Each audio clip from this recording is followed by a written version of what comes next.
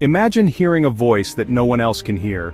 This voice isn't a thought in your own mind, it feels like it comes from an outside source, but there is no speaker, no headphones, nothing to see.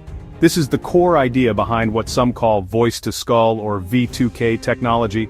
People who believe in these attacks describe hearing words, music, or other sounds beamed directly into their consciousness. They feel targeted by an invisible force, a hidden technology that bypasses their ears and speaks straight to their brain. It's a deeply unsettling thought, one that feels pulled from the pages of a spy novel or a futuristic story. The central claim of V2K is that some secret device, perhaps a satellite or a ground-based transmitter, can use microwaves or other types of energy waves to create sound inside a person's head. The theory suggests these waves vibrate the soft tissues of the skull or directly stimulate the auditory nerves. In this way, a message could be sent to a single person, silently and secretly, without anyone nearby knowing. The experience is described as incredibly personal and isolating, making it difficult for others to understand or believe. This concept taps into our fundamental fears about privacy and the sanctity of our own minds. This idea is not entirely new. It has roots in scientific research from decades ago. During the Cold War, scientists discovered something called the microwave auditory effect, also known as the Frey effect. Researchers found that certain microwave frequencies, when aimed at a person's head, could create a clicking or buzzing sound that seemed to come from within. This was a real, observable phenomenon. However, the sounds produced were very simple, just clicks, pops, and buzzes. They were a long way from the clear, complex speech that is described in modern V2K claims. The leap from a simple buzz to a full conversation is enormous. So when we talk about V2K today, we are discussing a belief that this old, limited effect has been perfected into a sophisticated weapon. The narrative is that powerful organizations have secretly developed this technology to a point where they can transmit entire sentences and commands. This is where the story moves from a documented scientific curiosity into a realm of speculation and conspiracy. It's important to separate the known, historical science of the Frey effect from the modern, unproven claims of advanced voice transmission. Understanding this distinction is the first step in exploring the topic with a clear mind.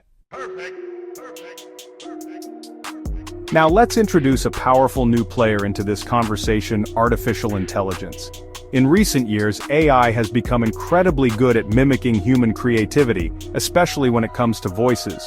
We live in an age of hyper-realistic AI that can learn to speak in anyone's voice after listening to just a few seconds of audio. This technology, often called voice cloning or deepfake audio, can create new sentences that sound completely authentic.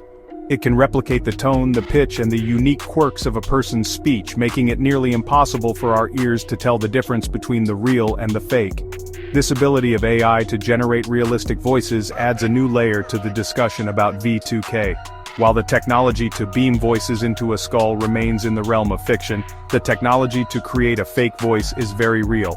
Imagine a scammer using an AI-cloned voice of a loved one to ask for money over the phone. Or think of how fake audio could be used to spread misinformation, making it seem as if a public figure said something they never did.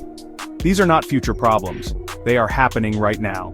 The confusion and distress they cause are genuine and demonstrate how easily our senses can be tricked by technology. The connection to V2K ideas is a psychological one. When technology can already create such convincing illusions, it can make other, more far-fetched ideas seem more plausible. If a computer can perfectly replicate my mother's voice, what else might be possible? This is how hyper-realistic AI can fuel anxieties. It blurs the line between what is real and what is artificial. The existence of convincing deepfake audio doesn't prove that V2K is real, but it does show that our perception of reality can be manipulated through technological means that we are all becoming familiar with in our daily lives. Therefore, we must be very precise. The threat of AI-generated voices is about deception through conventional channels. Our ears, our phones, our speakers. It's a software-based illusion. The concept of V2K, on the other hand, is a hardware-based claim about beaming signals directly into the brain. While AI gives us a powerful tool to create any voice we can imagine, it doesn't provide the means to transmit it silently into a person's mind. The AI creates the message, but it still needs a speaker to be heard in the traditional sense. When we explore the cosmos, we rely on evidence, on facts that can be tested and verified. Let's apply that same scientific rigor here.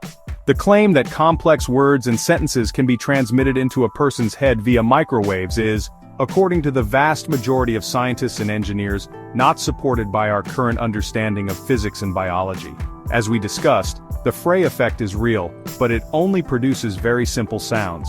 To transmit a clear word like hello, you would need to modulate the energy waves with incredible precision, a feat that is currently beyond our technological capabilities. Think of it like this. Creating a simple pop or click with microwaves is like hitting a drum once. It's a single, crude burst of energy. Transmitting a full sentence is like playing a complex symphony. It requires intricate control over frequency, amplitude, and timing to stimulate the auditory system in just the right way to form coherent words. The human brain is exceptionally good at interpreting sound, but it's also tuned to receive it through the delicate mechanics of the ear. Bypassing this system and writing sound directly onto the brain's perception is a challenge of immense complexity that no one has demonstrated. Real-world audio technology has made incredible leaps, but it still operates on established principles. For example, directional speakers can create sound spotlights, focusing audio so that only a person standing in a specific spot can hear it clearly. This might feel like a private message, but it is still sound traveling through the air to your ears.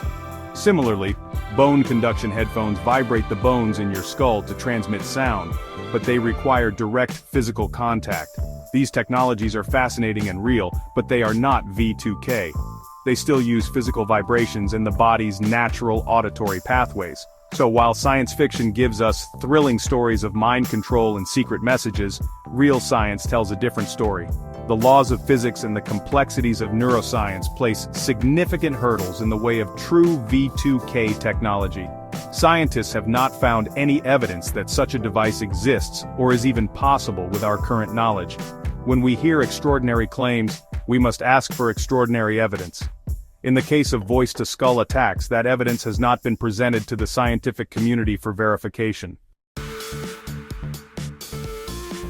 It is completely understandable why the idea of V2K causes fear and anxiety. The thought of losing control over our own minds, of having our innermost thoughts invaded, is a profound and primal fear. In a world where technology is advancing at a breathtaking pace, it can be hard to know what is real and what is not. When we hear about AI that can write, create art, and hold conversations, it's natural to wonder what other invisible technologies might be affecting our lives. This uncertainty can be a heavy burden, especially for those who feel vulnerable. However, the scientific consensus offers some reassurance. The experts who study microwaves, acoustics, and the human brain tell us that V2K, as it is popularly described, remains in the realm of speculation. For many who report experiencing V2K, the sounds they hear are very real to them and can be a source of significant distress. Mental health professionals suggest that such auditory experiences can sometimes be symptoms of known medical conditions, which can be understood and treated with compassion and care.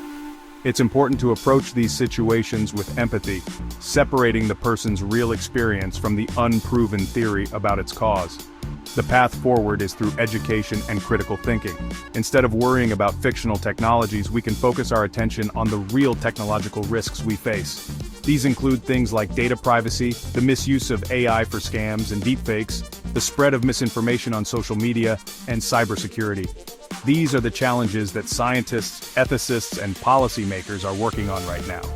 By understanding these real issues, we can take practical steps to protect ourselves and advocate for a safer and more responsible technological future for everyone. If you want to learn more, turn to trusted sources. Follow the work of major universities, read publications from established scientific organizations, and listen to experts who show their data and welcome peer review. The universe is full of genuine wonders and real challenges. By grounding ourselves in evidence and reason, we can navigate the future with confidence and curiosity rather than fear. The best tool we have for separating fact from fiction is the one right between our ears, our own curious, questioning mind.